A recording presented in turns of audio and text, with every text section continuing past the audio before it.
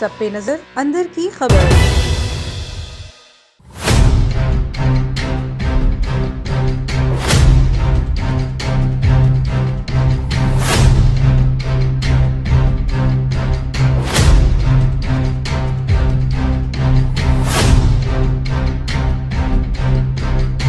बिस्मिल्लाहिर्रहमानिर्रहीम, अस्सलाम वालेकुम। एवर टीवी स्पेशल रिपोर्ट के साथ मैं हूं आपके पास।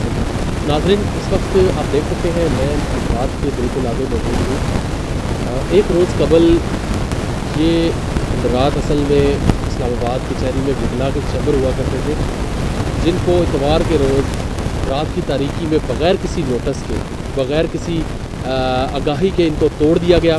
यहाँ पर गैर कानूनी तजावज़ात के नाम पर जो है वो ऑपरेशन किया गया वफाकी तरक्याती इदारे की जानिब से। हुकूमत के अहकामात पर यहाँ पर ये चैम्बर्स तमाम गिराए गए और ना सिर्फ इन चैम्बर्स के जो वकलात हैं उनको नोटिस जारी किया गया, ना ही उनको आगाह किया गया।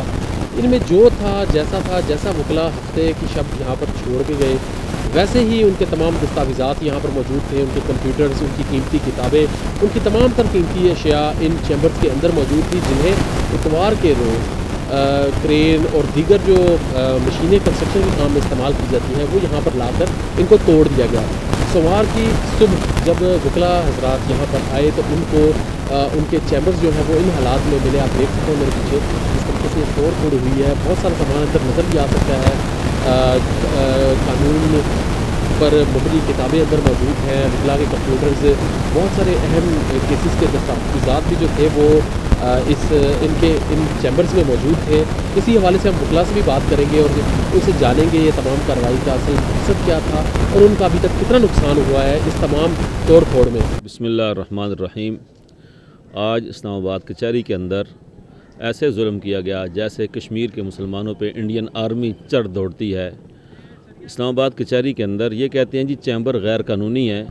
यहाँ पे हमारा क्वेश्चन ये है, सवाल ये है कि यहाँ पे कानूनी कौन से हैं?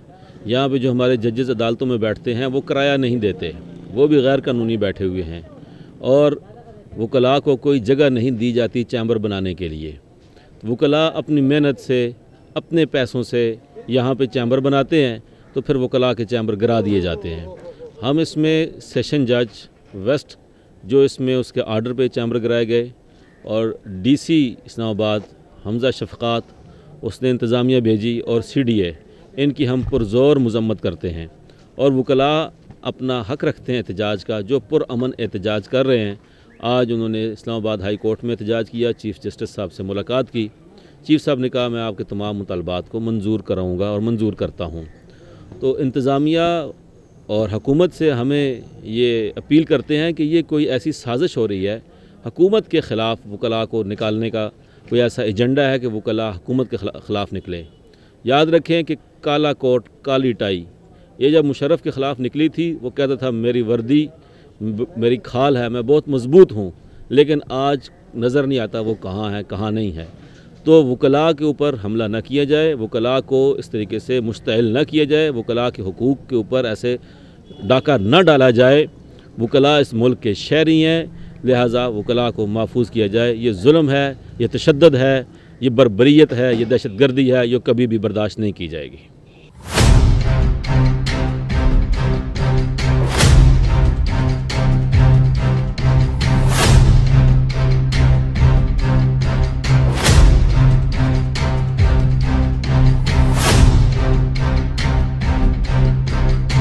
ये जी गैर कानूनी और गैर आईनी इक़दाम जो हमारे साथ किया गया है, कोई नोटिस हमें नहीं दिया गया और हमारे साथ इतनी ज़्यादती हुई है कि यहाँ पे रात को 1 बजे के टाइम सीडीए का हमला आया है और ये तोड़ फोड़ किया और ऐसे चैम्बर तोड़े हैं जो 15-15, 20-20 साल से पुराने चैम्बर्स हैं। और ये आप पीछे देख सकते हैं कि यहाँ पे इसी इमारत के साथ जो है तो ये सिविल डिफेंस की इमारत है जो भी इलीगल बनी हुई है, लेकिन चूँकि वो सीडीए की अपनी इमारत है तो उसको इन्होंने हाथ तक नहीं लगाया और वो बिल्कुल सही सलामत है। इसी तरह अगर आप अंदर साइड पे आप चले जाएं तो आपको ये पता लगेगा कि जो अदालतें हमारी जो बनी हुई हैं, इलीगल बनी हुई हैं, उनको भी हाथ नहीं लगाया गया। तो वकला की काफ़ी चीज़ें हैं इसमें जो इम्पॉर्टेंट पड़ी होती हैं, इम्पॉर्टेंट डॉक्यूमेंट्स होते हैं हमारे और बाकी हमारी फ़ाइलें होती हैं। हम जब सुबह आए हैं तो हमारे चैम्बर तहस नहस हो गए थे और हमें लाखों का नुकसान इन्होंने दिया है। तो मैं ये रिक्वेस्ट करूँगा हुकूमत से भी कि जी हमारे लिए ये प्रॉपर वे बनाएँ, चैम्बर्स का जो है तो हमारा अजाला किया जाए ताकि जो है तो हम इस आफत से निकल सकें और CDA अमले के ख़िलाफ़ स्पेशली कार्रवाई की जाए। बिस्मिल्लाहिर्रहमानिर्रहीम। मैं समझता हूँ कि आज लेट नाइट ये जो वारदात डाली गई है वकला के चैम्बर्स के साथ, वकला की प्रॉपर्टी के साथ, ये इंतहाई नाइंसाफ़ी है। मैं तो ये समझता हूँ कि ये दहशतगर्दी है, जबकि वकला इस मुल्क की, इस कंट्री की जो है वो करीम है और इन्हीं वकला ने इस मुल्क के लिए कुर्बानियाँ दे के एक वकील ने इस मुल्क को बनाया है। और फिर आज इन वकला के साथ इस कदर बेदर्दी से जुल्म और ज़्यादती की जा रही है, जबकि वकला बारहा ये कह चुके हैं कि आप गवर्नमेंट जो है वो एक कॉम्प्लेक्स बनाए ताकि हम जितने भी यहाँ से वकला के चैम्बर्स हैं, कोर्ट्स हैं, फैसिलिटेशंस यहाँ पे नहीं है, ताकि यहाँ से शिफ्ट होके एक प्रॉपर जो है उसमें कॉम्प्लेक्स में चले जाएं। लेकिन ये जो नाअहल हुकूमत है, ये नालायक हुकूमत है, इसने रात की तारीखी में वकला के साथ ये जो वारदात की है, हम इसकी शदीद अल्फाज में मज़म्मत करते हैं और ये भी डिमांड करते हैं विद इन नो टाइम जो है वकला की कंपनसेशन की जाए और अल्टरनेट विद इन 6 मंथ जो है वो कम्प्लेक्स तामीर किया जाए ताकि ये ब्लैक मेलिंग और ये दहशतगर्दी का सिलसिला बंद किया जाए। तो लिहाजा जो है वकला के ये सारे हालात देखे हैं। वकला जो है वो बड़ी मुश्किल से सर्वाइवल करते हैं, सेल्फ एम्प्लॉयर होते हैं, मुल्क के अंदर काम करते हैं, इंसाफ के लिए जदोजहद करते हैं और इस तरह का काम करना मेरे ख़्याल में बड़ी ज़्यादती है और इसकी शदीद अल्फाज में हम मज़ामत करते हैं।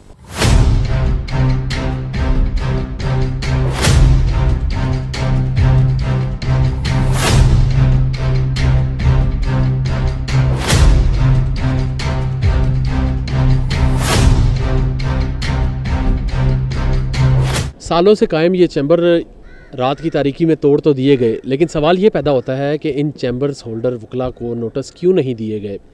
इन चैम्बर्स में लाखों की मालियत में लगे हुए एयर कंडीशनर्स, कंप्यूटर्स, उनके लैपटॉप और दीगर जो उनकी कीमती अशिया थी, इसके अलावा उनकी किताबें, फ़ाइलें, बिलखसूस मैं बात करूँगा उन गरीबों की जिनके केसेस इन अदालतों में लगे हुए हैं, उनकी तमाम तर दस्तावेज़ात इन चैम्बर्स के अंदर थी। उनका अजाला कौन करेगा? हुकूमत इसका जवाब देगी या फिर वफाकी तरक्याती अदारा? ये एक बड़ा सवालिया निशान है। मैं समझता हूँ इस पर न सिर्फ हुकूमत को एक्शन लेना चाहिए बल्कि हमारी आला जो अदालतें हैं, अदालत उज़्मा को इस पर जो है वो एक्शन लेना चाहिए और इस तमाम तर कार्रवाई में जो ज़िम्मेदारान हैं उनसे जवाबी रिपोर्ट तलब की जानी चाहिए। इसके साथ कैमरामैन नकाश मलिक और मुझे मियाँ अब्दुल बासित को दीजिए इजाज़त। अल्लाह हाफ़िज़। A1 TV, सब पे नज़र, अंदर की खबर।